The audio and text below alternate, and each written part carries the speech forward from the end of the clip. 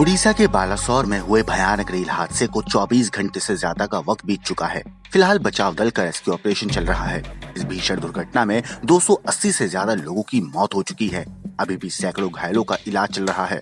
प्रधानमंत्री से लेकर तमाम पक्ष विपक्ष के नेता मौके पर स्थिति का जायजा लेने पहुंचे।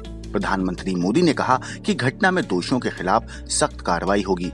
हालांकि सदी के इस सबसे बड़े हादसे के बाद सरकार और रेलवे पर कई सवाल खड़े हो रहे हैं।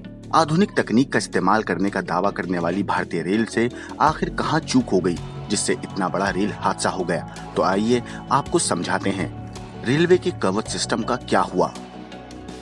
रेल मंत्री अश्विनी वैष्णव ने पिछले साल कवच सिस्टम लॉन्च किया था। ये ऐसा सिस्टम है जो इस तरह के ट्रेन हादसों को रोक सकता है। अगर एक ही पटरी पर किसी चूक से दो ट्रेन आ जाएं, तो ये सिस्टम एक दूसरे पर अपने ब्रेक लगाकर ट्रेन को रोक सकता है।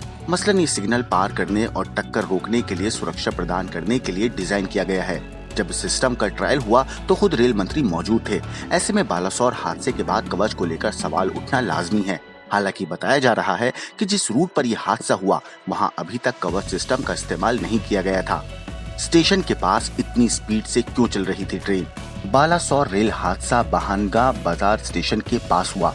जब भी कोई ट्रेन स्टेशन के पास से गुजरती है तो आमतौर पर उसकी स्पीड कम हो जाती है, लेकिन स्टेशन के करीब भी कोरोमंडल बहुत तेजी से चल रही थी। कोरोमंडल एक्सप्रेस का इंजन वहां खड़ी मालगाड़ी के ऊपर चढ़ गया। इसी ट्रैक पर तेज रफ्तार से आ रही हावड़ा बेंगलुरु एक्सप्रेस कोरोमंडल एक्सप्रेस से भिड़ गई।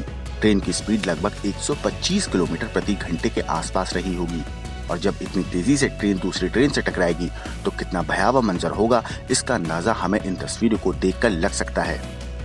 एक ट्रैक पर दो ट्रेनें कैसे आ गईं? बहानगा बाजार स्टेशन से 300 मीटर पहले कोरोमंडल एक्सप्रेस की कुछ बोगियां पटरी से उतर गईं।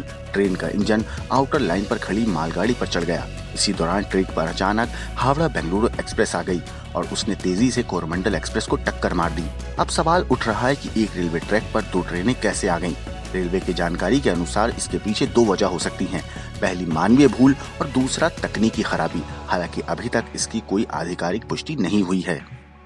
स्टेशन पर क्यों नहीं दिया गया ध्यान? आपको बता दें कि हर रेलवे स्टेशन पर कंट्रोल रूम बना होता है, जहां एक डिस्प्ले पर सारी ट्रेनों के रिकॉर्ड होते हैं। कौन सी ट्रेन किस ट्रैक पर आ रही है, उसे किस ट्रैक पर भेजा जाएगा, स्टेशन पर किस प्लेटफॉर्म पर ट्रेन रुकेगी, इस तरह की सभी बातों को वहीं से कंट्रोल किया जाता है। डिस्प्ले पर हरे और लाल लाइट के जरिए से ट्रैक पर नजर रखी जाती है। अगर पटरी पर ट्रेन है तो वो लाल नजर आएगी, वहीं अगर ट्रैक खाली है तो वो हरे रंग से नजर आएगा। एक दूसरे के ऊपर कैसे चढ़ गई बोगियां?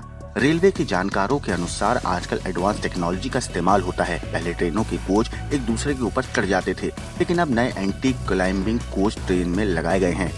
ये LHB कोच इस तरह से बनाए जाते हैं जो एक दूसरे के ऊपर नहीं चढ़ते। ऐसे में सवाल पूछा जा रहा है कि इतनी टेक्नोलॉजी के बाद ये हादसा कैसे हो गया। बहरहाल इन सभी बातों को लोग रेलवे का बहुत बड़ा सिस्टमैटिक फेलियर मान रहे हैं। अब आप इस बारे में क्या सोचते हैं, हमें कमेंट सेक्शन में जरूर बताएं।